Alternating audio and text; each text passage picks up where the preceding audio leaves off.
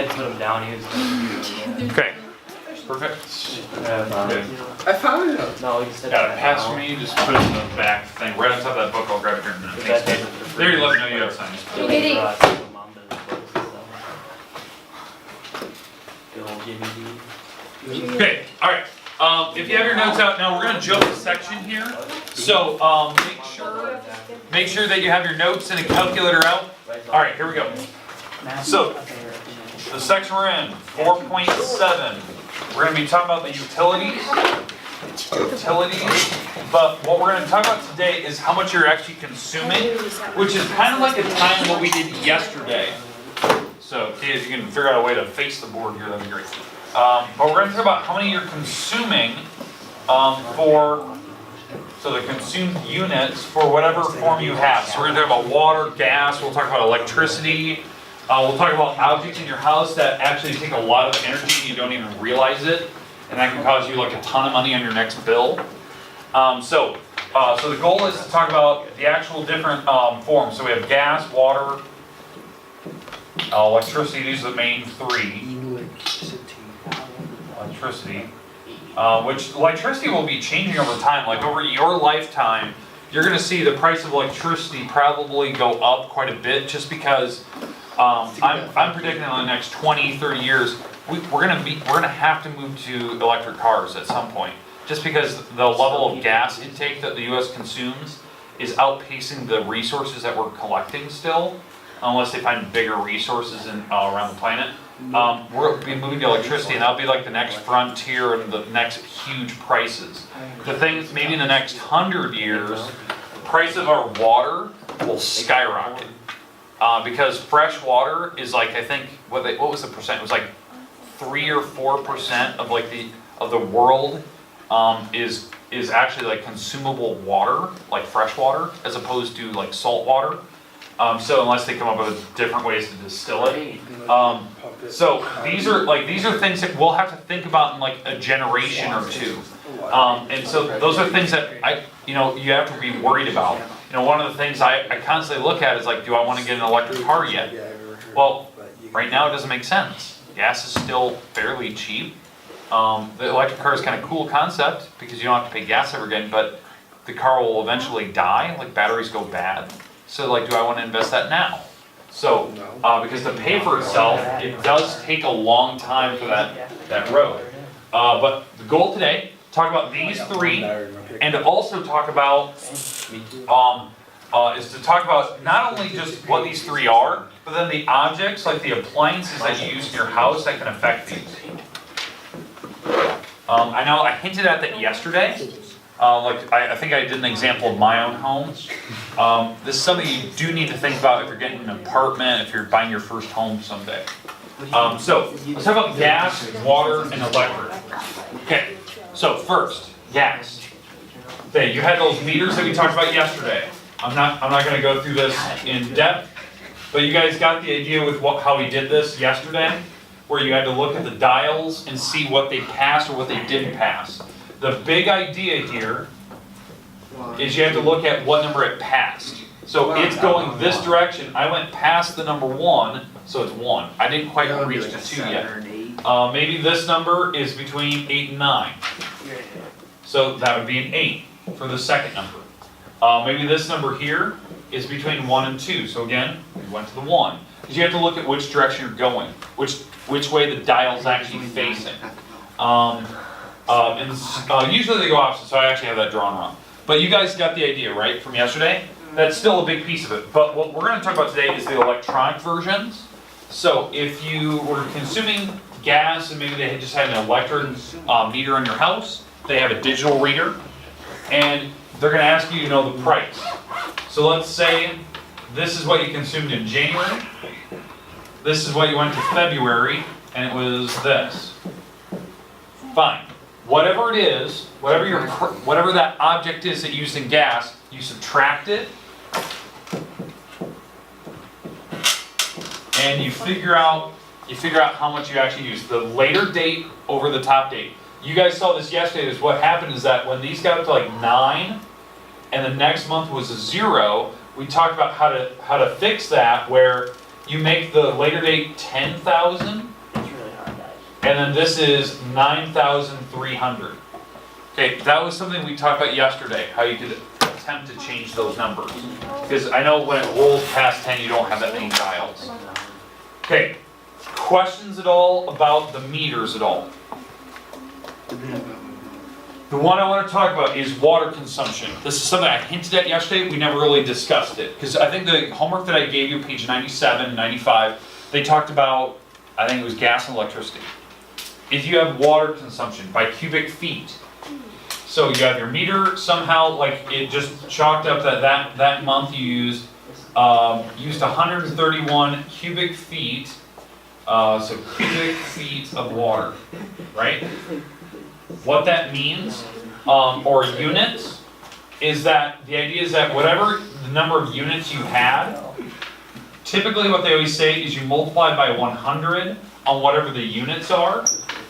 So let's say you used 131 units of water for some reason, they mark that. You multiply by 100 to convert it to cubic feet. Cubic feet are actually written like this, by the way. That's something I forgot to tell you yesterday. I didn't assign any of these, by the way.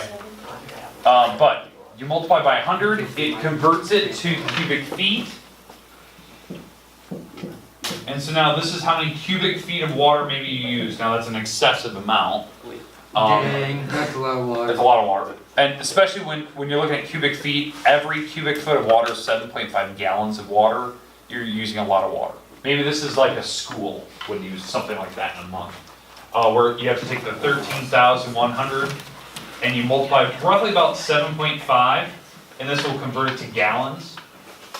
And you can see how many gallons of water you use. Okay, that's something you have to think about, especially if you have a sprinkler system. They use a lot of water. If you have a leaky faucet, or you have a sink or an appliance, like let's say a washer dryer, the washing machine isn't energy efficient or it's not water efficient. High efficiency washing machines can actually save you a ton of money. High efficiency toilets can actually save you a lot of water, because I think the toilets now that they make, they only use about a gallon of water. Like a gallon of water when you flush. That's way better than 3 or 4 that it uses on older toilets. That can save you a lot of money in the long run. Like the toilet, a lot of people don't think about it because you just have it in your home.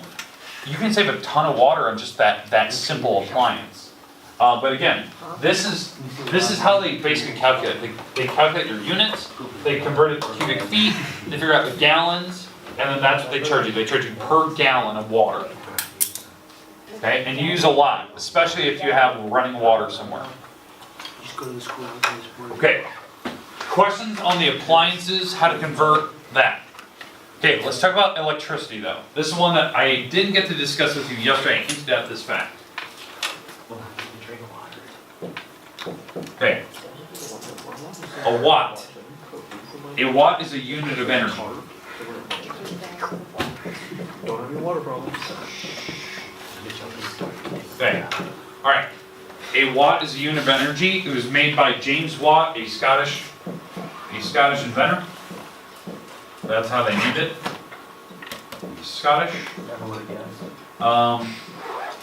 The actual watt, the unit of energy that your home consumes over, the month is actually in kilowatts. So a kilowatt is 1,000 watts. Wow. Kilo is 1,000 times more than what a traditional watt is. So in your home, traditionally on the meter on the outside of your home, it says something like this. 1,205. This is how they mark it. It's kilowatt hours. It's how many kilowatts you use per hour in your home. Things that a lot of people don't think about. If you have an old microwave in your home, a very old one, consumes a massive amount of wattage.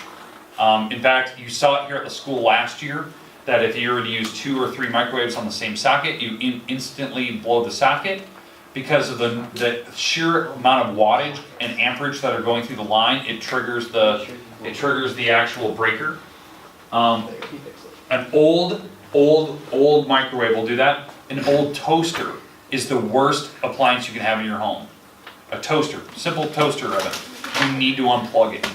Like some people just leave it in the morning, they make toast, they just leave it in, they're done with it. It's constantly running electricity through the line.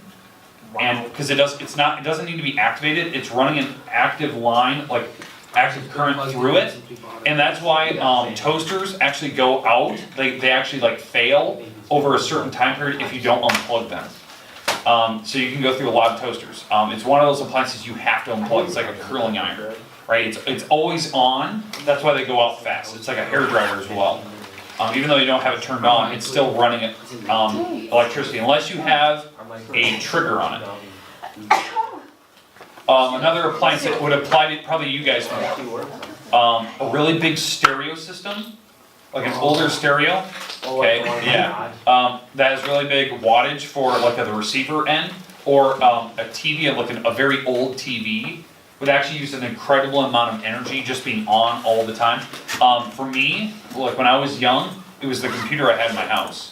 Because computers, like a gaming computer, will have, especially like a PS4 or an Xbox, has a really big power supply on it. You put a lot of watts through those things. Like they can use 500 watts per hour. Okay, you can go through a lot of energy by just having a game console constantly on in your home. It's actually safer if you unplug it. Your Wi-Fi router in your home is one of the scariest inventions ever made. A Wi-Fi router in your home uses a lot of electricity, number one, and number two, it sends out radiation waves throughout your home constantly. Like, yeah, I'm not joking. One of the funniest things that I would love to see the agriculture department, if you're in the greenhouse, is to, I don't know how you manage this, take a Wi-Fi router and put it next to one of your living plants. Just simple, living plant, you water it every day, you let the sun hit it, you put a Wi-Fi router next to it, 3 days later it's completely dead. The radiation actually kills it. It's a scary invention. We love Wi-Fi because it gives us internet wireless. It's a scary invention, and it uses a massive amount of electricity because it has to pump that stuff out to you.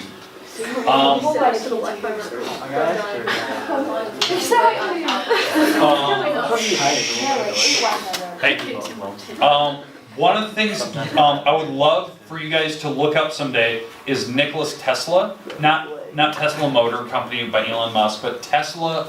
Nikola Tesla, the inventor back in the early 1900s, was competing against Bell in the idea of having electricity and making a telephone.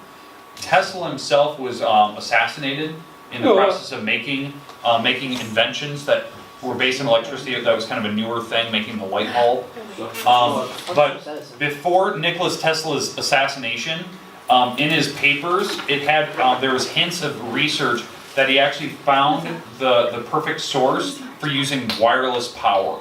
Wow. Like, so if you had a light bulb, you could be powering it with nothing plugged into it from many, many feet away from it. All of his notes and his inventions went missing suddenly after his assassination, and they were never, his papers were never like publicized. But it was his concept was that you could use really low efficiency wattage, power light bulbs in your home, and not ever have like an actual current going into your home. It would be by wireless, like kind of like Wi-Fi, but it would power your home, power your devices. I know that Apple and a lot of the companies nowadays are just getting into wireless energy, where you have to put your phone on like a charging pad, where it wirelessly charges it. Those work great, but you have to be on it. You have to physically have the coils like within like an inch or two of each other for that to spark that current. But Nikola Tesla had an idea where it could work over several hundred feet, and it would still work. Apple's currently developing that right now. But the amount of energy used doesn't make sense right now. That's actually why the iPhone never had wireless charging. That it was using too much energy for what it was charging your phone. That's why Apple never went into it for a while until these new standards came out. They kind of took their time because it was a smart move.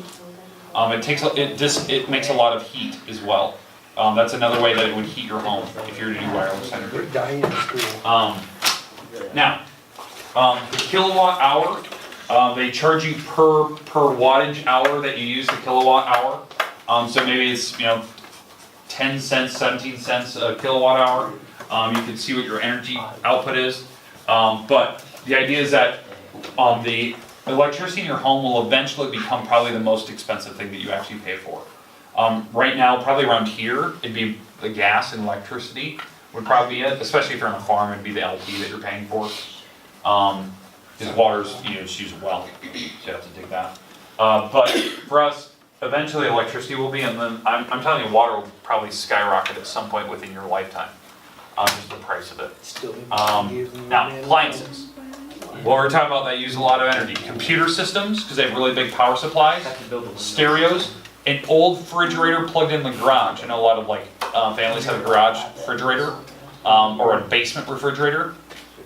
It's better just not to have one. It's better just to save space, unload the refrigerator that you have in your house, use a higher energy efficiency. Moving to a newer LCD TV or LED TV actually saves you a lot of energy, because it's the funny thing I always heard, that if you're that person that watches a lot of TV in your home, like you constantly have it on at night, you have it on during the day because your parents are home or whatever happens, it's actually easier to leave it on all the time than it is to power it off sometimes. Which I know this seems really backwards, because it actually takes more energy to power those TVs on and off than it would be just to leave it on all day for 24 hours, which is silly. I would not do that, by the way, because the screens will eventually fade. But it's really weird because the price of the TV itself, it's easier just leaving it on. But these are little things that you don't think about that I would definitely be interested in if you were buying a new home or you're going to get an apartment for the first time. High efficiency products. Okay, I'm going to give you the rest of the time today. Page 95, page 97. Those assignments I handed you yesterday. Now remember, page 97, there's two parts of it, B and C. Make sure that you're working on it and that you're getting that turned in. It's due Monday. Okay, due Monday. Okay, but there you go. There's your last parts today.